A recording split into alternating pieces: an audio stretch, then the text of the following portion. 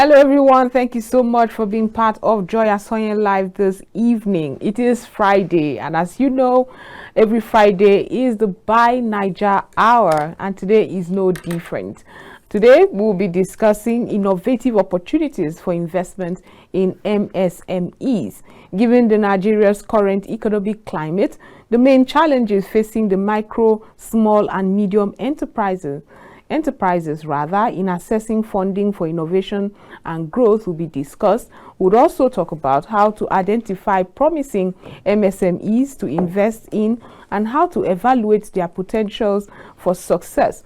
We'll also look at the several groups that can serve as platforms or springboard. And to do all of this with us is the chairman by NAIJA project, Apostle William Iheanacho Otabil. Thank you so much for keeping a date here on Joy Asonye Live.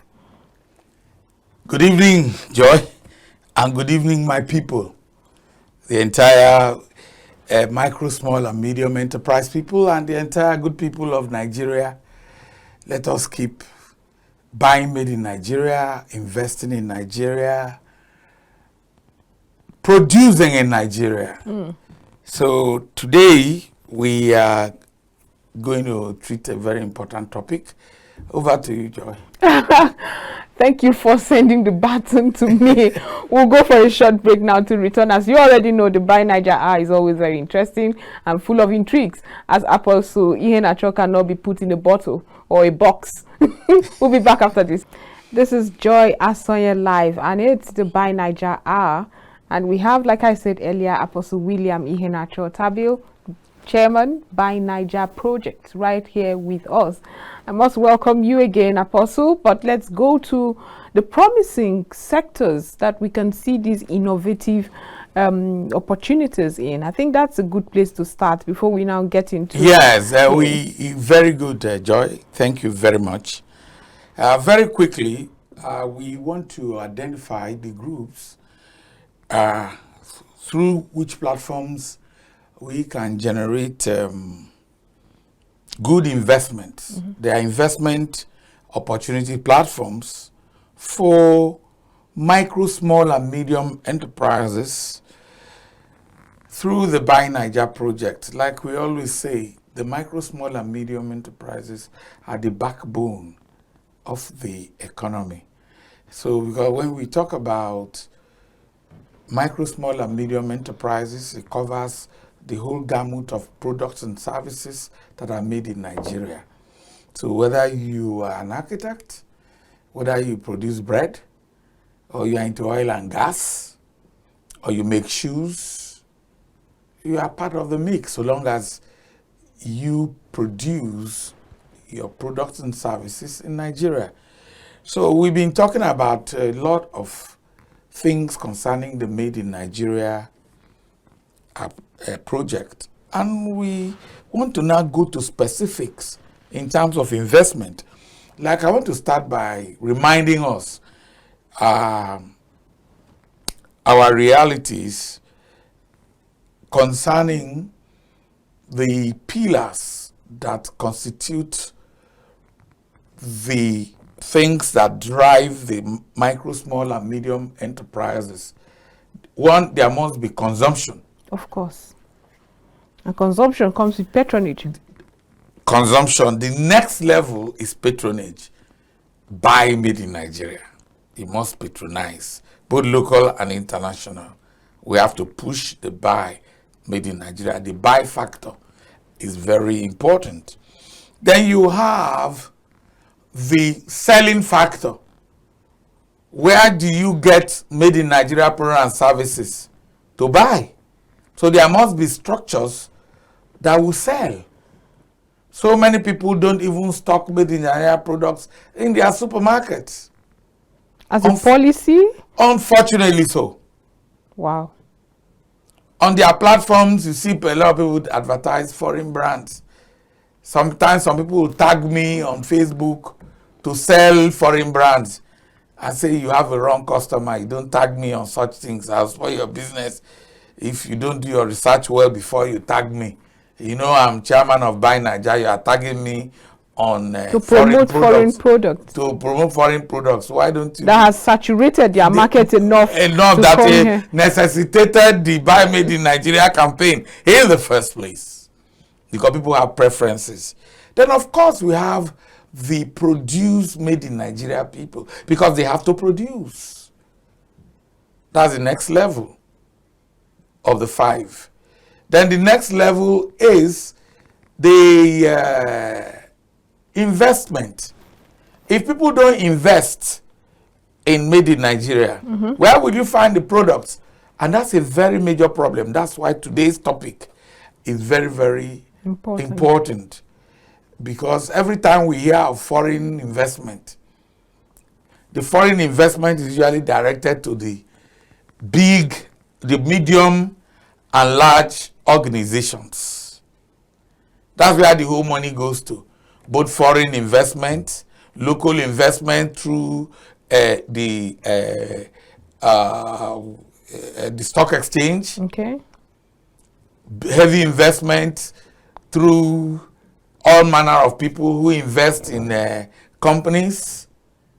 Even government gives waivers, tax holidays to the big organizations, to the monopolies and the oligopolies. Which is not necessarily a bad thing. They don't need it. But it's supposed to encourage. And now the trillions of toxic debts are being held. But isn't that supposed to encourage in-country investment? What I'm saying is that the in-country investment even goes by way of waivers and tax holidays, goes to the oligopolies who already have capacity, and they hold over how many, they hold the bulk of the percentage of toxic debts.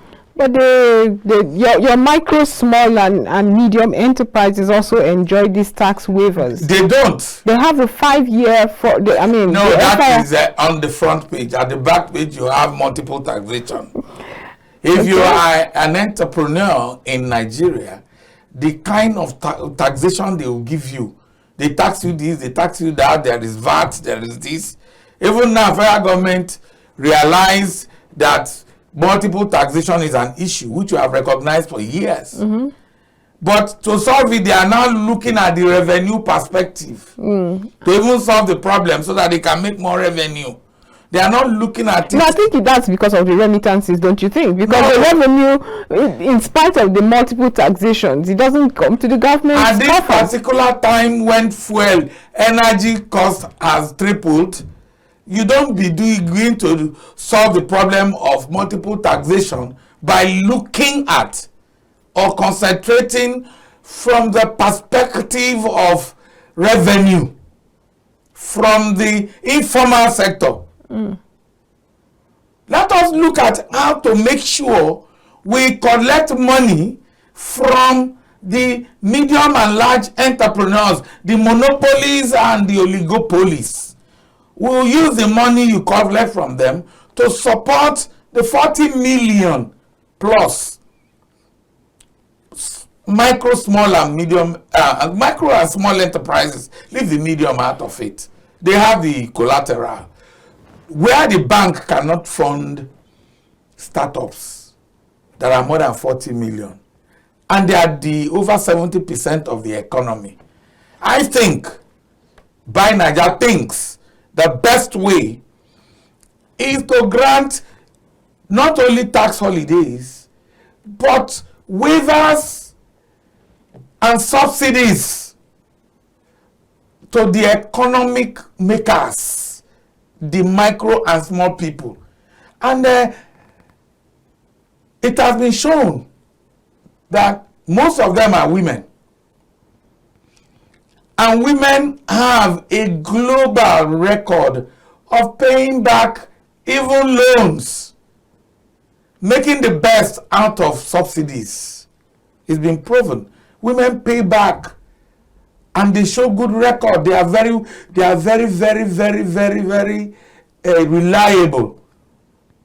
Even in all communities across the globe, from ancient times to now, women are the backbone of micro and small enterprises.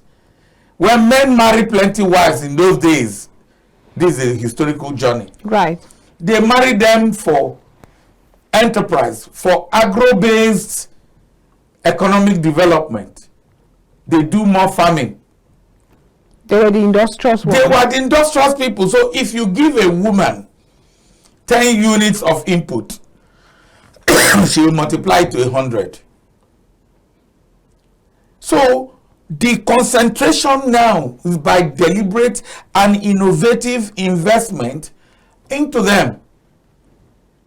So that is why, as a foundation, we want to talk about the micro and small enterprises, how to grant them enablers to be able to, by way of investment, to be able to, one, produce, sell. They are good sellers. Women are good traders.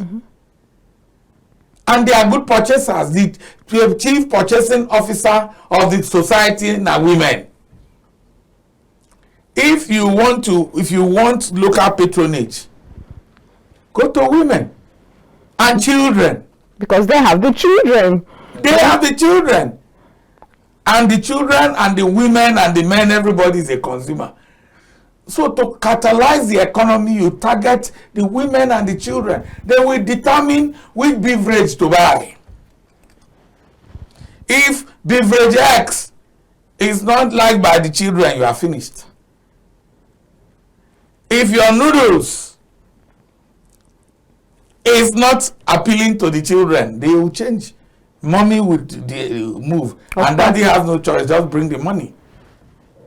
You understand what I'm saying? Of course. So so in the 5 levels, consumption, purchasing, you have millions of people there. Then the selling, you have the women, basically, and the entrepreneurs who sell. Then the production, women are also there. Then the investment, whether it's government, whether it is NGO, whether it is faith-based initiative, whether it is high net worth individuals, CSR and co, town unions. If you want to invest, we are now analyzing all of them and let us see where they fit in.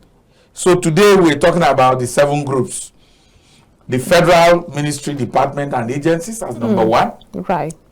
Do we list them out or just go into? No, we can't list them out. Right. Let's go into the federal MDAs and yes, like you just mentioned now. Good. How can there be a platform for these innovative opportunities in the MSMEs that you just mentioned? Yes, they are targeted federal ministry, departments and agencies that can spur investment, direct or indirect, into the micro and small enterprises. Leave the medium first. I know I say leave the medium because everybody, all the policies, all the, like I said earlier, all the tax waivers and all, they have enough. I don't want to call names and figures of kind of waivers they have received when they don't actually need it. We know what happened in the fuel subsidy saga. When you now discovered that the fuel subsidy controversy, only 13 million is in consumption versus 69 million that was being paid. So who took the money? What have we been subsidizing? Who subsidized who? And who received the subsidy? If the subsidy has disappeared just by mere pronouncement, and the small people are still bearing the brunt. But that is discussion for another day. So what we are saying now is that the small and medium enterprise people, the federal agencies, ministry, department of agencies, let's talk about the ministries first. Okay. Federal Ministry of Industry, Trade and Investment is number 1. And they have been struggling. I can say that because I'm in the system. The Federal Ministry of Industry, Trade and Investment, though it's supposed to be formulating policies only, but under them you have the Small and Medium Enterprise Development Agency, SMEDAN. They have to do, if you check their mandate, they do a lot. Exactly. If you check the Standard Organization of Nigeria to ensure that made in Nigeria products and services, even imported products, are of the best quality for Nigerians to consume, and the made in Nigeria to have top quality, because one of the major problems we've been encountering in Buy Naija and the Made in Nigeria campaign is the issue of quality. People just lie against Nigerian products so that they will justify their long truth foreign goods. Yes, I call it long truth because I have no other word to qualify, because it's not justified. So Standard Organization is doing a wonderful job to support the fact that Nigerians are doing good products and delivering good services. Like I always say on every program, Made in Nigeria cables are the best in the world. Made in Nigeria autos, vehicles, they are numero uno. Like I always say. Okay, let me start from the other person. No. I'm watching you. I'm watching you battle with yourself. Because I want to balance things. Right. You have Proforce exporting confirmed top quality by the military, by global patrons, and so many other products coming from the auto industry. It's not one that when you open the door, the trunk pops open. It has never happened like that. Or when you get into a bomb, the bonnet opens. That is one thing one person told me. I don't want to name names. I also heard something like that. No, but that's a lie. It has never happened. I've been driving an innocent vehicle for years. I don't have to call another name. I've been driving it for years. And I've not done anything on the engine, just kick and move, just service the vehicle. But when you get into a bump, there is nothing like the doors open or the trunk. I would have fallen out of the vehicle because I drive it every day. Right. Personally, not by the driver. Just so in the automobile industry, that's another sector you would like more investment. More investment. Then I can talk about the cotton, textile, and garment. Don't forget, I was still talking about Standard Organization. Right. How about ITF for training and skills transfer? They're doing a wonderful job. That's the Industrial Trust Fund. And yeah, Industrial Training Fund. Training Fund, rather. Then you have the NIPC, Investment Promotion Council. Or is it Commission? Then you have the NEPC, Export Promotion Council. They promote exports.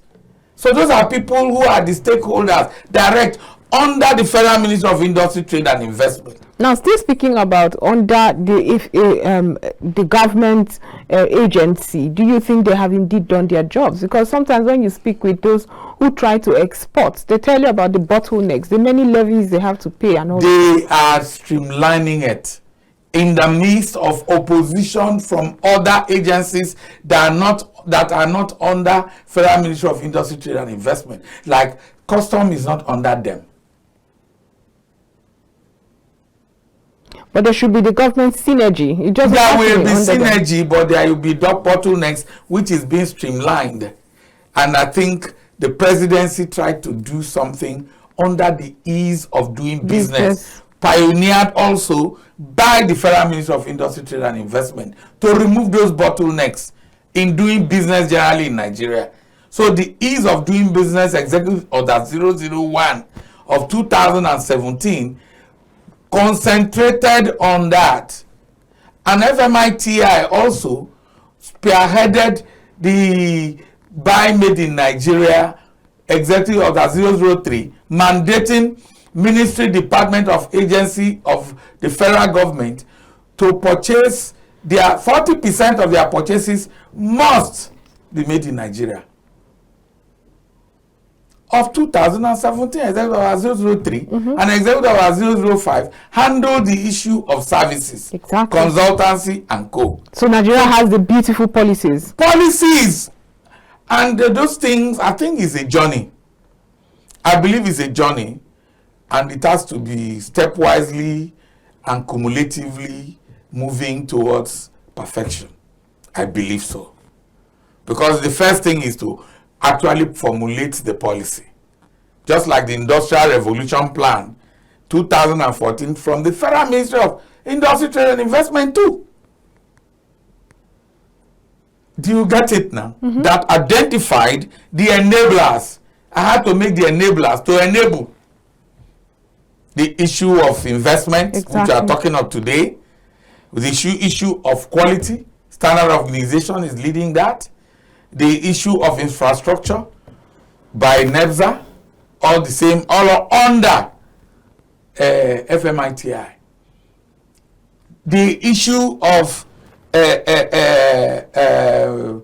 local patronage, which by NAIJA is driving with FMITI in partnership. The issue of finance by Bank of Industry and other development banks, but Bank of Industry is the nexus, all under Federal Ministry of Industry, Trade and Investment.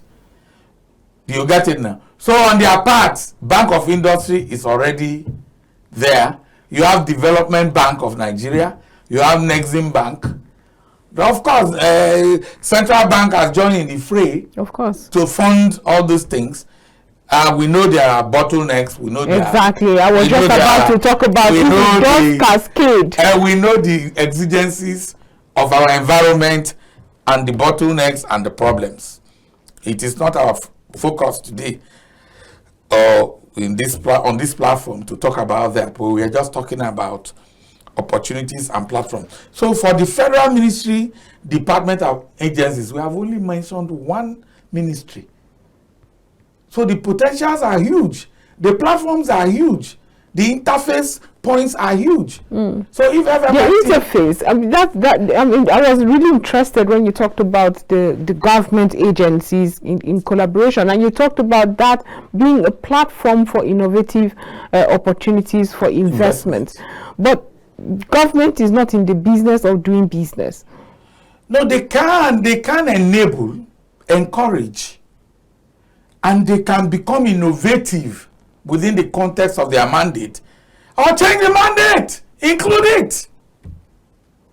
What stops us from talking about micro and small investment development or development agency? Why not? Is there anything bounded? Policies are made by men, for men, and for the structures. Especially for the peculiarities of the people it concerns. Yes, and the exigencies of the times. Exactly. And at a time like this, that's where you are always tapping into my hard drive. At a time like this, for Federal Ministry of the Federal Ministry, Department and Agencies, I was talking about issue of establishment of shared facility, industrial and commercial clusters that can even integrate housing. You live in the city, you work there, and you produce there, you market there. The buyers will come and meet you there, either online or physically. They live there. And because you live there, you have access to housing fund. Because your income platform is right there, you produce. Exactly. The commercial place is there. So we can fund, because there is a shared facility industrial cluster built by Federal Ministry, Department and Agencies, or whichever way they do it. You have an offtake based funding system. So if we are producing cassava, at the end of the value chain, you have Gari Jebu out of it. You have starch for industrial purposes. You have starch for consumption purposes. you have starch pellets for export. So through Buy NAIJA, we can establish an offtake system that guarantees the funding that is coming in back to back encrypted. That is not, there's no leakage. If we are giving you funding to produce Gari Jebu and normal Gari they sell in the market, packaged properly, well branded, both local and international, we already know that so quantity is demanded. So we raise a offtake contract for you, with which you now access fund from either your group through Buy NAIJA, and we'll get the bulk fund from Central Bank, because they have SME fund there, plenty. Of course. Plenty money. And not just the Central Bank. I mean, there's the Bank of Industry. Bank of Industry, Exim Bank, all of them. So we get the fund. And the guarantee is that there is market. So once those people open LC, the money don't be there already. Okay, we'll go for a short break right now. We are still talking about the federal government being a platform for these opportunities, innovative opportunities. We haven't even scratched it. So we'll go for this very short break and return to discuss more. How can this be accessible and be have a better economic implementation of this? We'll be right back after this short break. Welcome back from that short break. We're still discussing innovative opportunities for investment in the MSMEs through Buy NAIJA for different groups. We have only been discussing the federal government MDA's ministries, but you were talking so much as to how this cluster, the government can even organize the shared facility industrial clusters. But let's go to the solution. What next? What can we do? What can the government do so that implementation would not have the kind of bottlenecks and bureaucracy we often see it have? The important thing is for these shared facility industrial clusters, we cannot afford, the federal government cannot afford to subject them to the old system that caused colossal failures in several good initiatives in implementing and the implementation of good policies. There are public and private combinations that will deliver this. But before I go into that, to the technical details for the implementations, I want to talk about the benefits to the federal government. Oh, that's fine.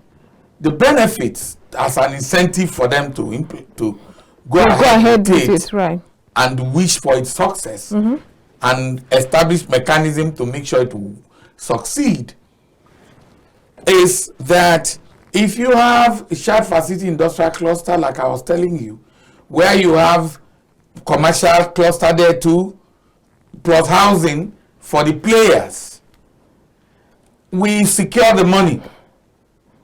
Thereafter, after the moratorium granted to those group, to that group, or to that cluster, because there are many clusters will arise at different times with different timelines and frame, you are now able to collect your tax, because since they are project managed, nobody will do wrong tax reporting. When your time of moratorium expires, tax moratorium, it is auto tax, because already we know what you are selling, because you are under a shared facility production cluster, commercial cluster. Everything is digital, so you are able to pay your tax. So not just taxing what you did not support. You want to tax the people who are running a loss, because they have to provide their electricity, and all the many indices they need. They are there, and it's auto report. You will need to tamper with the IT system, with the operating system, for them to dodge tax. And everybody will be willing to pay their tax when they know they are making revenue and they are making profit. So if there is a system, if there's a need for a systemic waiver to make us more competitive, or to have comparative advantage for export, government will direct it and know there will be no leakage. We won't have all this scandal of subsidy scandal, because everything is systemic. So every cluster must account for whatever thing was given to them. So if you build an industrial, commercial, and housing cluster and you invest in it, there are facility managers who are accountable to the bringer of the money. So whichever way it goes, though it is a social service, but it must be profit, it must be sustainable. There must be accountability. So, and that's the best way to be accounted for. And there is project management. So there are people who are responsible for success, because they will have to follow the key success parameters that have been put in place in the original design. So there is no nepotism, there is no thing like that there. There is no quota system, there is no federal character. No, if we want to do federal character, we'll do federal character in the siting of the locations. Exactly. And there will be no reward for failure. You can't subsidize a thief. You can't subsidize laziness. Rather, the people will be trained to be productive. And I know the Nigerian micro and small enterprise people, no matter where they come from, they are efficient and effective. They are good managers. It is the political people and those hangers on who like subsidy and all manner of things, that want all those things to chop free food. The typical man, no matter where he comes from in Nigeria, is hardworking. Very hardworking. The farmer in Niger State is hardworking. The farmer in Yobe is hardworking. The manufacturer in Kano is hardworking. They are bearing the brunt of all these little malfeasance in government where money will be made. Exactly. No, they are Kano, Kaduna, Port Harcourt, Aba, all of them are feeling the pinch. So the common denominator is the problems, the challenges faced by micro, small and medium enterprises in producing goods and services in Nigeria. It's the same everywhere.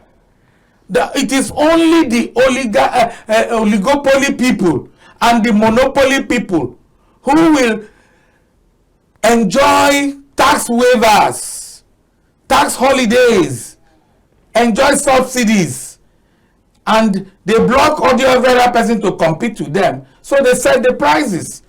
If you understand the mechanics of oligopoly and monopoly in an economy, they are the one enjoying it. Whereas it is supposed to be the other way around, the bottom people who are the bulwark of the economy that should enjoy this. So I'm telling all of us, government and every stakeholder, the best way to do it, if you want to continue favoring those people, okay, but don't favor them to the point of killing the micro and small entrepreneurs who are struggling, because you are pulling the economy down. It's pulling the economy down. But when you support these people to a certain extent, you are building the economy. Number one, you have inclusive growth. Your youthful population is going high, and the boys are not smiling. And to make the boys to smile, create an enabling environment for them to use their productive capacity to the optimum. Okay. And increase our gross domestic product. And they will have well-being. They will now have more purchasing power to buy other people's products and services. So the man who is doing shoes, if he's selling very well, local and international, right, he will be able to buy gari, rice, and things and school It's easy for him. He has more profit. So to create that enabling environment back to where we're talking about, and we are still, don't forget, we are still talking about the Federal Ministry of Industry, Trade and Investment. We have not left there yet. By the time we go to the Federal Ministry of Science and Technology, you will see the opportunities there. By the time we go to Women Affairs, which is gender sensitive now. Well, by the time we go to Humanitarian and Disaster Management, the opportunities. Your opportunities in IDPs. Right. To train IDPs for resettlement and recalibration. I'm talking about Federal Ministry of Humanitarian Affairs and Disaster Management. We have not talked about youth and sports. Sports is an industry. It is. One that many countries are really cashing out on. We are saying that we have a youthful population that is more than 60-70% that is unemployed. So they are a target group. So you are talking about Ministry of Defense industries. Oh, I'm curious. What are the opportunities in the Ministry of Defense? Defense industries have factories. Defense industries, don't forget. Don't let them be lost on you. Arms, ammunition, salt, so many things they can produce. Uniforms. Defense industry. America's economy has as a backbone what they call the military industrial complex. They have the biggest budget. They pan out little contracts to Boeing and all the people producing arms and ammunition. When you hear missiles, it's industry. It's the industry. So how can the micro, small, that is it. All of them have directed investments that can go in, both local and international. You can commission an innovative little company that knows opportunities exist there, that are high-tech companies, small startups. It could be a ICT company that specializes in software. Exactly. That generates software and apps that can do a lot of things in that industry. And they give them a job. When they give them a job because they have produced a prototype, so you pump in money there and give them contract, and they mass produce. Drones. There are Nigerians who can do drones. They produce vehicles. You get it now. So the military industrial complex has not been developed in Nigeria. Or the defense industry. No, like you mentioned defense industry, it might just be to connect, if you call it the military industrial complex. They will connect to that which has existed in America, which has been profitable for the Americans. For the Americans, you can call it. No, you need to. If you want to do something innovative, you must appeal to the mentality that exists in the minds of policymakers. Not to digress, is that the reason why we don't see much patronage in buying NAIJA product? Are we not connecting to? We're going to patronage, but our focus today is investment, innovative investment opportunities. We are talking about building for the federal, building shared facility, industrial, commercial, and housing complexes that are project managed at our stage for us to leapfrog and avoid the startup failure syndrome. Because what the excuse they give is that startups have high failure syndrome. So if we are put in the failure mitigators, which can only be achieved in a cluster system, you get where you can manage everybody. So nobody will say it doesn't have power. There is power, you pay for it. There is no funding. You pay for the funding, but you lose part of your independence. There has to be monitoring, evaluation, and reporting, and management. You get it? Everybody is happy. Nobody will say he doesn't have housing. There is housing because you have a production facility. And you have a production facility, there is funding for it because you have off-take contracts. Exactly. And then you have facilitation to sell globally, of course, by NAIJA and other people who are in that order. No, it's an open market. But we are just bringing order into disorderliness, streamlined because of our peculiarity as a developing nation and a developing continent that is in a hurry. So we cannot be giving an excuse there. It's a startup. They have failure syndrome. Okay, we have solved that. They are developing. We don't know how to manage. How we will get our money back? Don't worry. We guarantee you get your money back. It's not the regular banking system of people coming to exploit some people. Exactly. Then you now turn around. You want to tax those people. So some tax agents and touts will be chasing entrepreneurs up and down. I get a lot of calls from my people in Lagos. They will be chasing them. Where is the NAFDAC number of what you are carrying? For goodness sake. Why are you chasing somebody for NAFDAC number for Gary? For health products?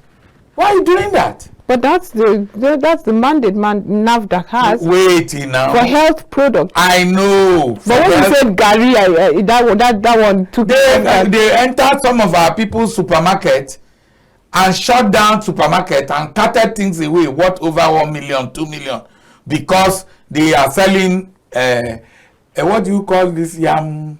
Flour? Not yam. This a plantain. Chips. Somebody supply plantain chips and they are selling in the supermarket. Because of that and granite, they shut the place down. But does it have you don't need a NAFDAC number for Ipekere. So all right, when we were arguing this thing, and I asked somebody, the Gary you ate this morning that your madam gave you, okay, the afang soup or the amala I gave you, does the amala have NAFDAC number? And that is why we are concerned. What the people handling it before it got to me? Has it been? Is it hygienic? The one you buy in the market, the dry fish you buy in the market, does it have NAFDAC number? But once they enter supermarket, they will not be asking the person NAFDAC. The only crime you commit is to package it and take it to a supermarket. And before the supermarket will take it, the supermarket has done due diligence on your product. But we trust NAFDAC. So is it something you must give me NAFDAC number for your banana. So we need to, in as much as we ensure quality, these are a micro small enterprise trade. They are trade restrictions. Nobody asks you for a federal food or the food whatever was their federal FDA in America. They'll be asking you for fish. FDA certification for fish. That place would have been certified as a place where you can buy groceries that are good. So you don't go chasing people on the street. We are talking about multiple taxation and hindrances. You enter legal. They will call me. I'll call the man. He say you be police. You hold him for, he no get NAFDAC number for waiting he carry. I say, policeman, I don't want to talk say you the crazy. The Gary where you chop this morning, okay, amala. He get NAFDAC. He say, oh guy, no get NAFDAC. I say, leave the young man alone. He say, oh guy now, but I say, you just want to collect money from him. The man is struggling like you. Your salary, they do you. Abi, they do you. So I don't use street freedom. But I cannot have access to all of them in Kano, in Aba, all over. So we need to change our thinking. If we want to make more revenue, let us become more organized, being systemic in our approach, and it doesn't cost anything. There will be more money for government. So when we now do those things, those who now violate the due order, we slam them. So you have no excuse. So that way we can have growth that is more inclusive. We don't want to be a country of complainants. Exactly. Or grumblers. No. We want to be, okay, we have set this thing up. Government gives it. It's okay. This, your industry, what is your time frame to start paying tax? The consultants will analyze it. Buy NAIJA will give the support. Other experts will give their support. You provide the facility. Anybody coming into that facility is under bond. That after so, industry-wise, they will have association. Of course. This is when you will start paying tax. So this is your tax holiday. Government have provided this. But you'll be paying for your facilities. You will pay for energy. You pay for water. You pay for your house you've taken. That you'll be paying small. You have the backing to collect motor from vehicles, supply vehicles from Innocent, group-wise. Exactly. You get it now, or from Pojo, or from wherever. But I prefer my local brand anyways. Pojo is a foreign brand.